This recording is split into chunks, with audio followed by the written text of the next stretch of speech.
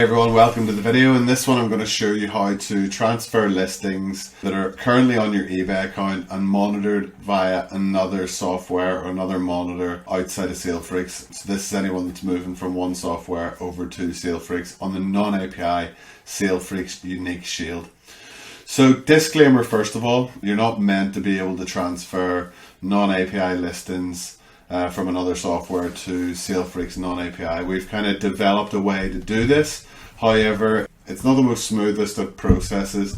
9 times out of 10 it works absolutely fine, but there can be a couple of little snags which I will explain in the video. So normally what support would have said would be if you're moving and you want to transfer to non-API on Salefreaks, is you would have had to delete the listings off your store and relist them fresh via Salefreaks to be monitored. Like I say, we've figured out a way to kind of get around this as best we can to avoid that for the various issues it may cause.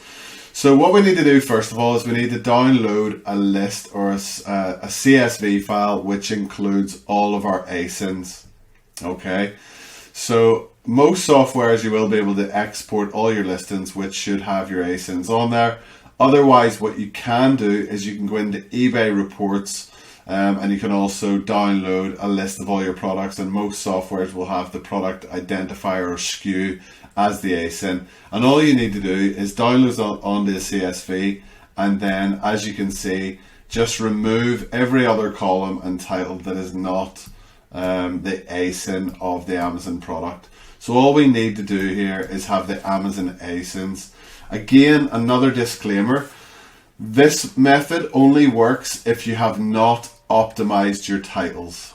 Okay, so if you've just used the supplier titles, then all these listings will come across as normal. The ASIN will match up with your product. Salefreaks will take over the listing and start monitoring those items. So it won't duplicate the items or anything like that. So what we're going to do is just act as if we were going to list these items straight to Salefreaks.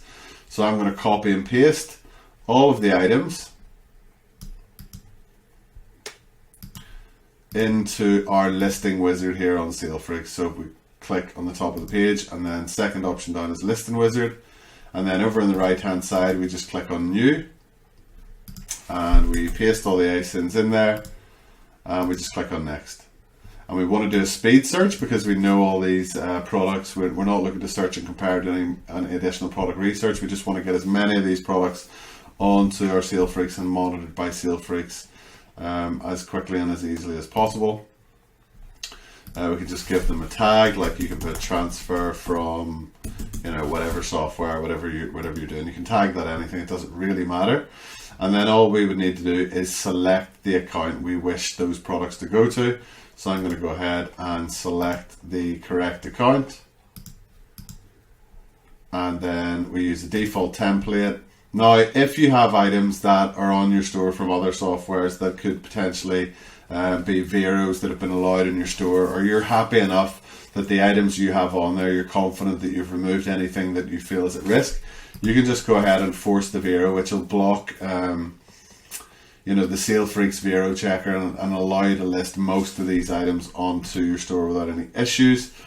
So I would either go with this one, or if you do see that some are blocked, you can go through afterwards and force those through.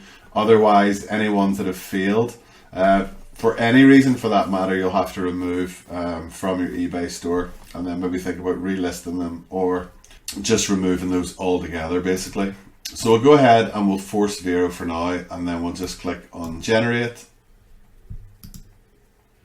Okay, so as you can see, this is now gone through, and this will start to process, and those items will be listed onto your store.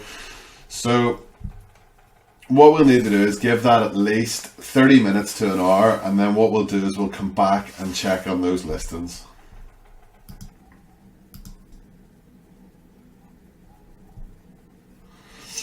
Okay, so when we come back to the listing wizard, we can see the results, 128, the status is done.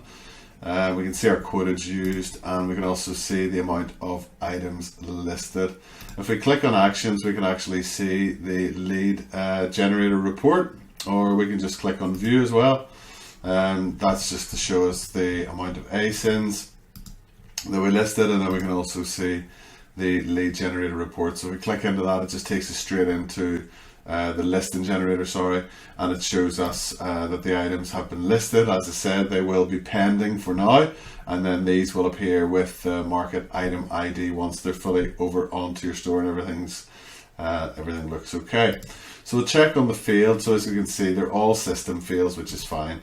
Okay, so the item's not available on Amazon. So one or two things: it's either out of stock or it could be potentially gone to non-prime. So the only seller left on the listing is a non-prime seller, and I don't list non-prime items, so that's why those ones will have failed.